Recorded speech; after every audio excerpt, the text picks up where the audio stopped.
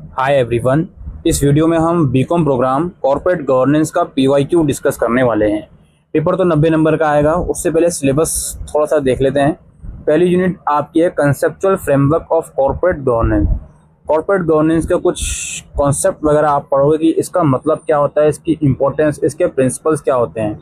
Theories वगैरह पढ़ोगे, इसकी कुछ मॉडल्स वगैरह आप इसके पढ़ने वाले हो। फिर है रीसेंट इश्यूज एंड चैलेंजेस। अब कॉर्पोरेट गवर्नेंस में आज के टाइम पर क्या क्या चैलेंजेस फेस करने को मिलते हैं, क्या क्या इशू हैं, board structure, director, role of board, ये सब चीज़ें आप इसमें पढ़ने वाले हो। और यहाँ पे CSR यानी कि कॉर्पोरेट सोशल रिस्पॉन्सिबिलिटीज़ वगैरह, ये सब चीज़ें हैं। गांधीयन ट्रस्टीशिप क्या होता है।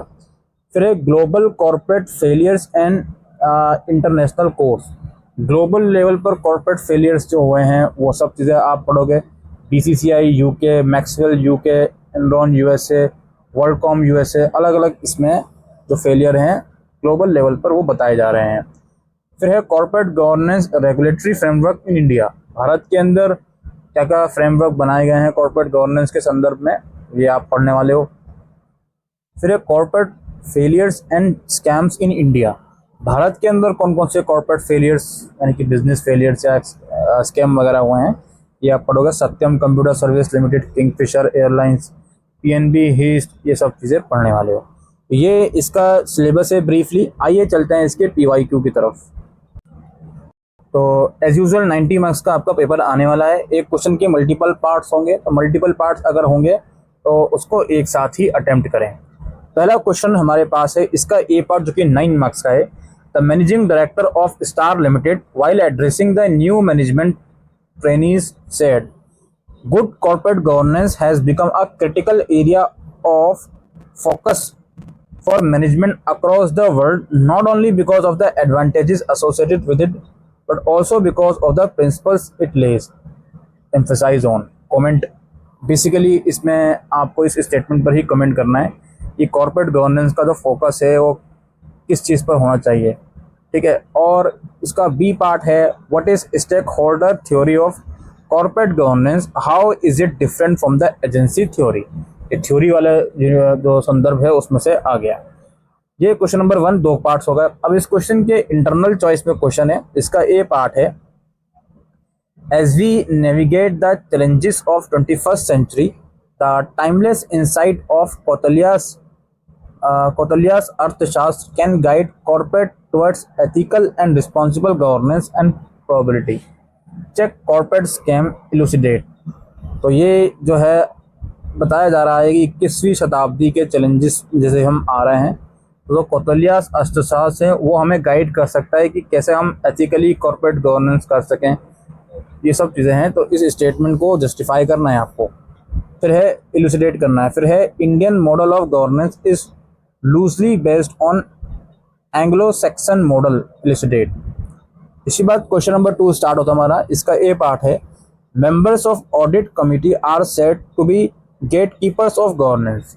इन the light of this statement explain the composition and the role of audit committee as per companies act 2013। फिर है, what do you mean by corporate social responsibility, explain Gandhi ji trusteeship model of corporate social responsibility. ठीक है।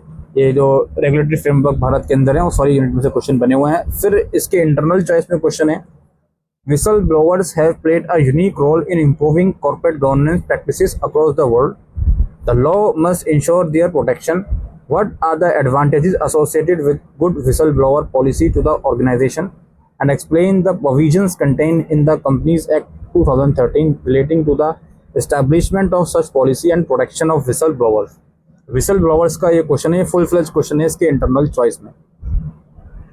Alright, हम चलते हैं अपने अगले question की तरफ। क्वेश्चन नंबर 3, इसका ए पार्ट है, the Enron scandal is one of the largest in the US corporate history, explain. और बी पार्ट है, mention important elements of Cadbury code of corporate governance. ये जो ग्लोबल कॉर्पोरेट फेलियर्स हैं उसमें से ये क्वेश्चंस बने हुए हैं।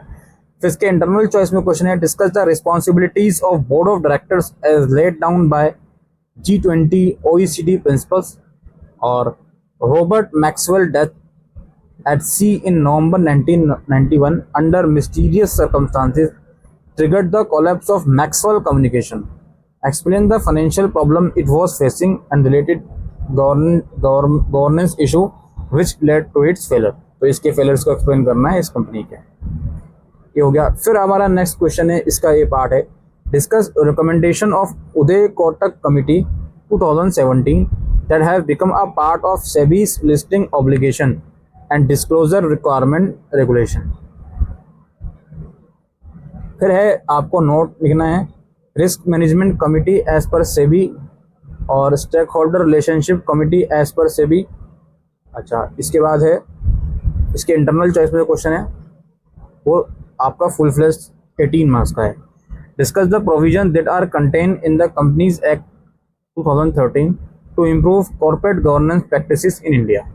ऑलराइट, फिर हमारा क्वेश्चन आता है क्वेश्चन नंबर 5। इसका ये पार्ट है, Kingfisher airline rise was quick but fail quicker, do you agree, elaborate the reason behind Kingfisher's failure, और what were the reason behind Yes Bank crisis, what measures were taken by the RBI to mitigate the crisis। इनके internal choice में question है जो कि full fledge है।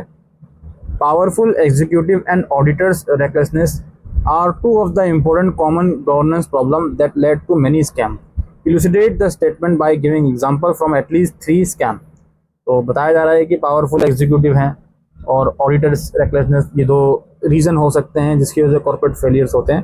तो इसे आपको इलुसिडेट करना है एग्जाम्पल के साथ कोई 3 स्कीम्स के। ठीक है जी, ये PYQ दोस्तों और एग्जामिनेशन पैटर्न था corporate governance BCom programme semester 6 का। Thank you.